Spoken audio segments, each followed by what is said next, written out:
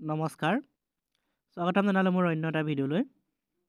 আমাৰ যি টেটকাম recruitment test হৈ গ'ল ইয়াৰ ৰিজাল্টৰ বাকী আছে বাকী আমাৰ আজি ৰিজাল্টৰ ওপৰত আলোচনা কৰিম গতিকে কালি আপোনালোকে যদি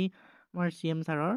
লাইভ অনুষ্ঠানটো চাইছিলে তেনেহ'লে আপোনালোকে ৰিজাল্টৰ বিষয়ে গমেই পাইছে ৰিজাল্ট কেতিয়া দিয়াৰ সম্ভাৱনা আছে বা কেতিয়া দিব বুলি তেখেতে ঘোষণা কৰিছিলে আমাৰ ADRE ৰিজাল্টটো আপোনালোকে 7 মাৰ্চৰ তাৰিখে ঘোষণা কৰিব বুলি তেখেতে কৈছে লগতে GT PGTৰ কথাও কৈছে লগতে আমাৰ যি LP UP শিক্ষক পদৰ কথাও কৈছে কেতিয়া ৰিজাল্ট দিব গতিকে ভিডিঅ'টো শেষলৈকে চাই থাকিব তেতিয়া গম পাব ৰিজাল্ট কেতিয়া দিব বলক তেনেহ'লে আজিৰ ভিডিঅ'টো আৰম্ভ কৰোঁ আমাৰ যি টেটকাম ৰিক্ৰুইটমেণ্ট টেষ্ট হৈ গ'ল তাৰ আপোনালোকৰ OMR শ্বীটখিনি আপোনালোকে ডাউনলোড কৰিবলৈ পাৰিছিলে এতিয়া বৰ্তমান সেই লিংকটো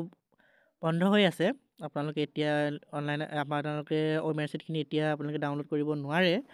গতিকে আপোনালোকে চেলেঞ্জ কৰিছিলে কেইজনমান কেণ্ডিডেটে আমাৰ বহুকেইজন কেণ্ডিডেট এনেকুৱা আছে বোলে চেলেঞ্জ কৰিছিলে আপোনালোকৰ কিছুমান প্ৰশ্ন এতিয়া তেওঁলোকৰ ফালৰ পৰা যদি আমি উদাহৰণ হিচাপে ধৰি লৈছোঁ আপোনাৰ ফালৰ পৰা 2 নম্বৰ প্ৰশ্নৰ উত্তৰটো আপোনাৰ ভালকৈ বুজাইছোঁ 2 নম্বৰ প্ৰশ্নৰ উত্তৰটো আপোনাৰ মতে A হ'ব লাগে কিন্তু অফিচিয়েল এনচাৰ কেট আপোনালোকৰ B আহিছে তেনে ক্ষেত্ৰত আপোনালোকৰ কেইজনমান কেণ্ডিডেটে কেইবাটাও প্ৰশ্নত চেলেঞ্জ কৰিছে বুলি আমাৰ কালি মুখ্যমন্ত্ৰী ডাঙৰীয়াই ঘোষণা কৰিছিলে কেইবাজন কেণ্ডিডেটেও ইয়াৰ ওপৰত চেলেঞ্জ কৰিছে গতিকে কেইবাটাও প্ৰশ্ন আপোনালোকৰ 3-4টামান প্ৰশ্নৰ ওপৰত চেলেঞ্জ কৰিছে বুলি কৈছে গতিকে 11 মাৰ্চ তাৰিখে এখন কমিটি গঠন কৰি দিয়া হৈছে সেই কমিটিখনে ইয়াৰ ওপৰত আলোচনা কৰিব আৰু ইয়াৰ ওপৰত আলোচনা কৰি কমিটিখনে যিখিনি সিদ্ধান্ত লয় আপোনালোকৰ প্ৰত্যেকজনৰে চেলেঞ্জ তেখেতলোকে একচেপ্ট কৰিছে বুলি কৈছে গতিকে যদি আপোনালোকৰ কেণ্ডিডেট কেইজনে চেলেঞ্জ কৰা প্ৰশ্নটো ভুল বুলি পৰিগণিত হয় বা আমাৰ যি অফিচিয়েলি আনচাৰ কেট ভুল বুলি যদি তেওঁলোকৰ ভুল বুলি যদি প্ৰমাণ হয় তেনেহ'লে আপোনালোকক যি 3টা বা 4টা প্ৰশ্ন ভুল হৈছিলে তাৰ নাম্বাৰসমূহ আপোনালোকে পাব যদি ভুল হোৱা নাই তেনেহ'লে ইয়াৰ নম্বৰসমূহ নাপায় ভুল হ'লেহে আপোনালোক সকলোকে প্ৰদান কৰা হ'ব যদি 4টা প্ৰশ্ন ভুল হৈছে তেনেহ'লে 4 নম্বৰ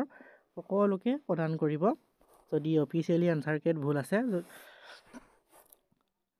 গতিকে এই 11 মাৰ্চ তাৰিখে যিখন কমিটিয়ে সিদ্ধান্ত গ্ৰহণ কৰিব তাৰ পিছতে ইয়াৰ ৰিজাল্টৰ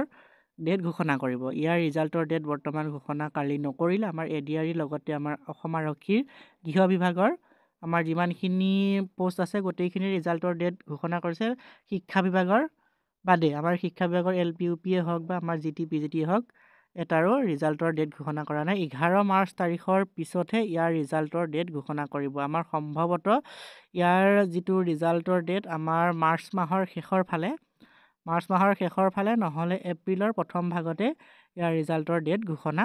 কৰিব আৰু এপ্ৰিল মাহত ইয়াৰ ডকুমেণ্ট ভেৰিফিকেশ্যন হৈ কমপ্লিট কৰি গতিকে আমাৰ মে' মাহৰ 10 তাৰিখে যিহেতু নিযুক্তি দিব গতিকে মে' মাহৰ 10 তাৰিখৰ আগত ইয়াৰ কামবিলাক কমপ্লিট হৈ যাব আমাৰ ৰিজাল্টৰ কথা ক'লোৱে মই মাৰ্চ মাহৰ শেষৰ ফালে নহ'লে এপ্ৰিলৰ প্ৰথম ভাগত ইয়াৰ ৰিজাল্ট ঘোষণা কৰিব আৰু আমাৰ যি LP UP শিক্ষক পদৰ আমাৰ মাৰ্চ মাহৰ মাজভাগতে হয়তো শেষৰ ফালে ইয়াৰ মেৰিট লিষ্টসমূহ প্ৰকাশ পাব আমাৰ বহুতেই কৈ আছে 8 মাৰ্চত যিহেতু আমাৰ LP UP শিক্ষক পদৰ অনলাইন আবেদনৰ ডেটটো পুনৰ পিছুৱাই দিয়া হৈছে 8 মাৰ্চ কৰা হৈছে বহুতে কৈ আছে যে 8 মাৰ্চৰ আগত মেৰিট লিষ্ট প্ৰকাশ পাব গতিকে কালি হিমন্ত বিশ্ব শৰ্মা ছাৰে যিহেতু কৈছে 11 তাৰিখৰ আগত আমাৰ LP UP শিক্ষক পদৰো কোনো মেৰিট লিষ্ট প্ৰকাশ নাপায় লগতে আমাৰ GT PGT যি টেটকাম ৰিক্ৰুইটমেণ্ট টেষ্ট হৈ গ'ল তাৰো ৰিজাল্ট কোনোপধ্যে প্ৰকাশ নহয় 11 তাৰিখৰ পিছতহে ইয়াৰ ৰিজাল্টসমূহ প্ৰকাশ পাব অফিচিয়েল ৱেবছাইট যোগে আপোনালোকক জনাই দিয়া হ'ব আৰু নেক্সট যেতিয়া আপোনালোকৰ 11 তাৰিখৰ পিছত তেখেতে লাইভত আহিব তেতিয়া ইয়াৰ ৰিজাল্টৰ বিষয়ে কম বুলি কৈছে গতিকে আমি নেক্সট লাইভ ছেশ্যনলৈ অপেক্ষা কৰিব লাগিব ভিডিঅ'টোত ইমানখিনিয়ে ক'ব লগা আছিলে যদিহে ভিডিঅ'টো চাই কিবা উপকৃত হ'লে বুলি ভাবিছে তেনেহ'লে বন্ধু বান্ধৱীৰ মাজলৈ শ্বেয়াৰ কৰি দিব আজিলৈ আহিছোঁ তেনেহ'লে ধন্যবাদ